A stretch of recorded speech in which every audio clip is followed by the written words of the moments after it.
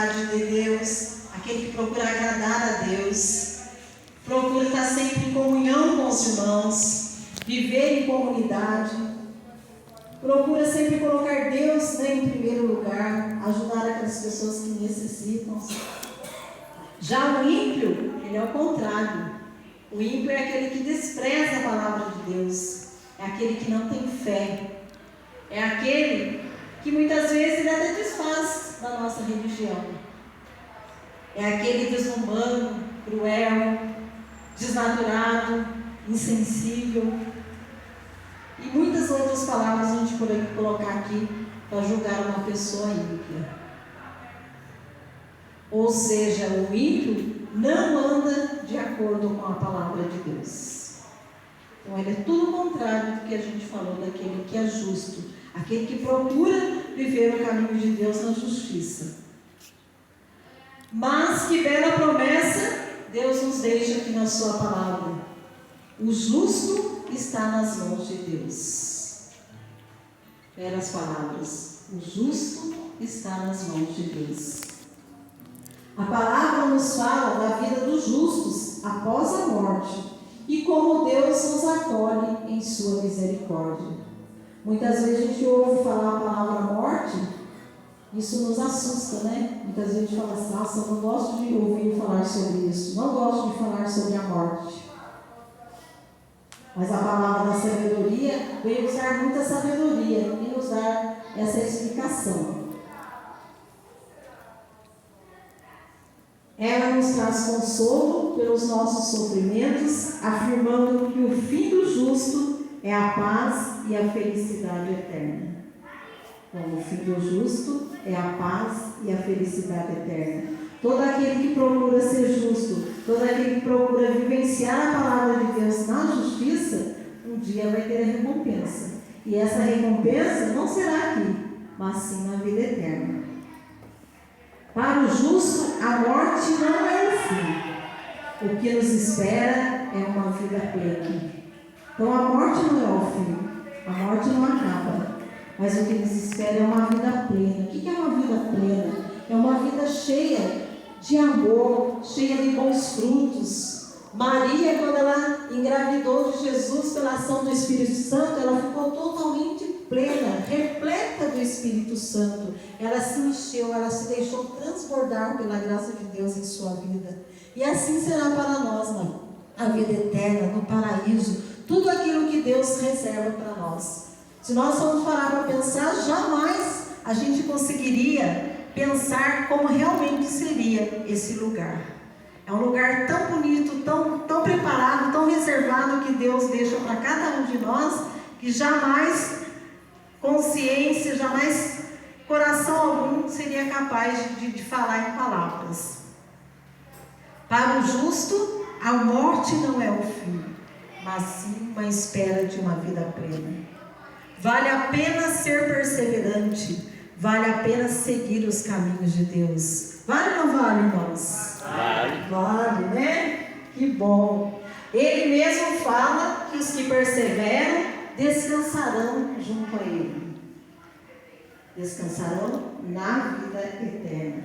Os que perseveram no amor ficarão junto dele.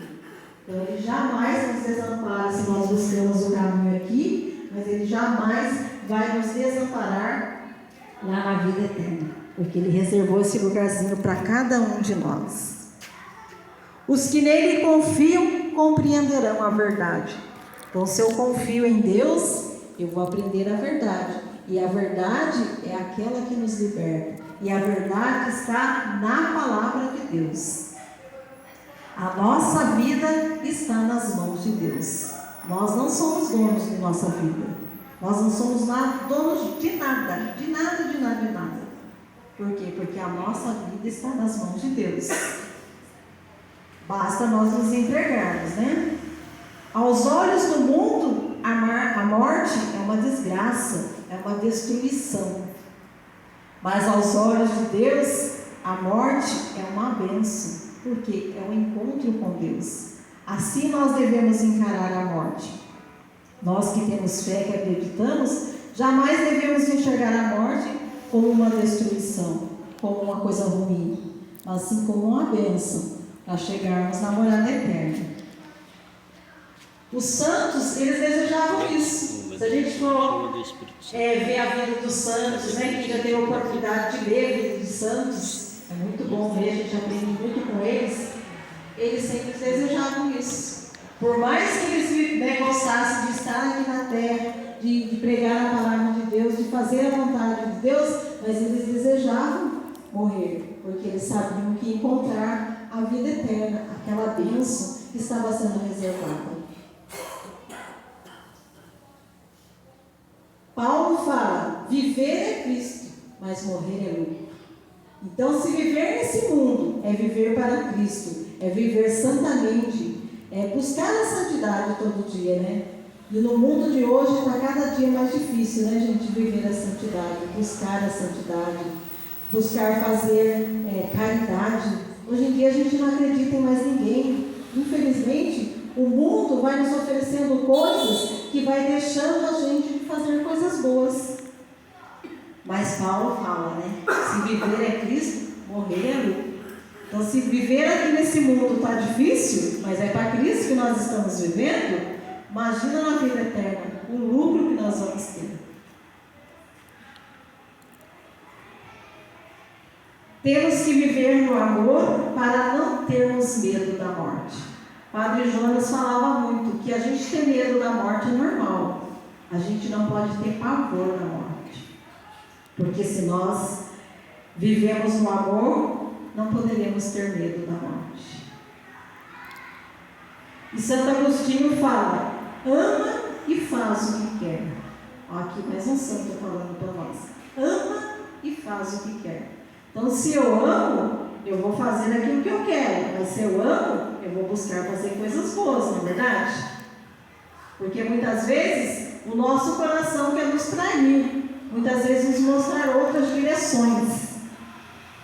As pessoas que estão ao nosso lado, muitas vezes são usadas para nos levar para outros caminhos, outras direções.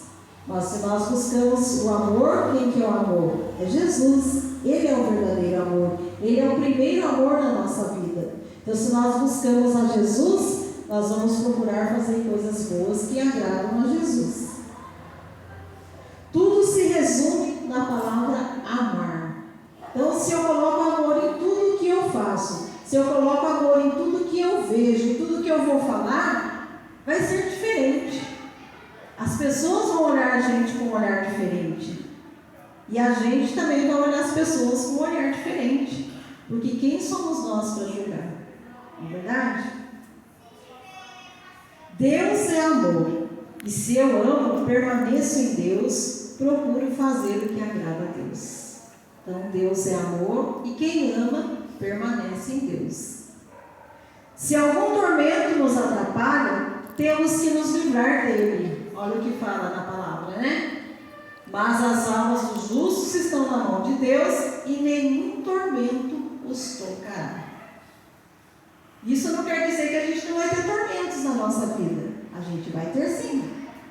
A gente vai ter provações, vai ter perdas, vai ter dores.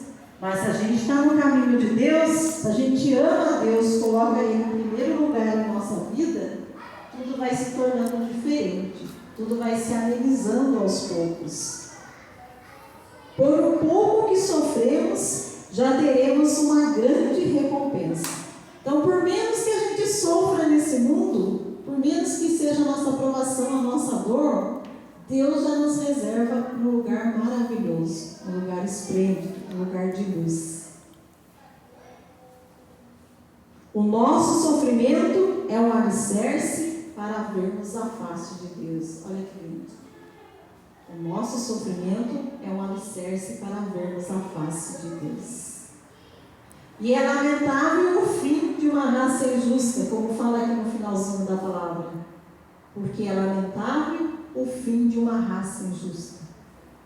Como é triste a gente ver muitas vezes irmãos nossos, que muitas vezes até já tiveram conosco na caminhada, se desviar por outros caminhos. Dá vontade de ir lá e trazer eles de volta. Ou então chegar lá e falar assim, acorda, você está no caminho errado, vem para o caminho de Deus, Deus te ama, Deus te quer aqui perto dele. Né? Na verdade, nós temos que fazer isso, né? Buscar esses irmãos que desviaram do caminho de Deus. E Deus, Ele vai nos julgar como convém. Então, se eu sou justo, Deus vai me julgar com justiça. Se eu me acho poderosa, Deus vai me julgar com poder. Deus é amor, Deus é bondade, mas Ele vai me julgar com poder. Na hora certa, Ele vai me julgar com poder. Se eu sou sábia, Deus vai me julgar com sabedoria. Se eu amo, Deus vai me julgar com amor. Então, aquilo que nós vamos colher na vida eterna, aquilo que Deus vai falar para cada um de nós, é aquilo que nós vivemos aqui na terra. Nessa passagem que Ele nos permitiu viver aqui. Não é verdade? Então, que nós possamos, irmãos, no dia de hoje, nesta noite de hoje, pedir a Deus a graça de nos manter junto a Ele. A gente tem que pedir essa graça a Deus. Não basta apenas eu fechar meus olhos, falar, agora eu vou rezar aqui e Deus vai fazer a parte dele. Não, eu tenho que fazer parte e deixar Deus fazer a parte dele. Eu tenho que dar essa abertura. A gente já ouviu falar muitas vezes, que nós é que temos a chave do nosso coração. Por quê? Porque Ele é aberto de dentro para fora. Então Jesus, Ele chega até o nosso coração, até a porta do nosso coração, mas Ele fica ali paradinho, esperando. Ele não invade, não.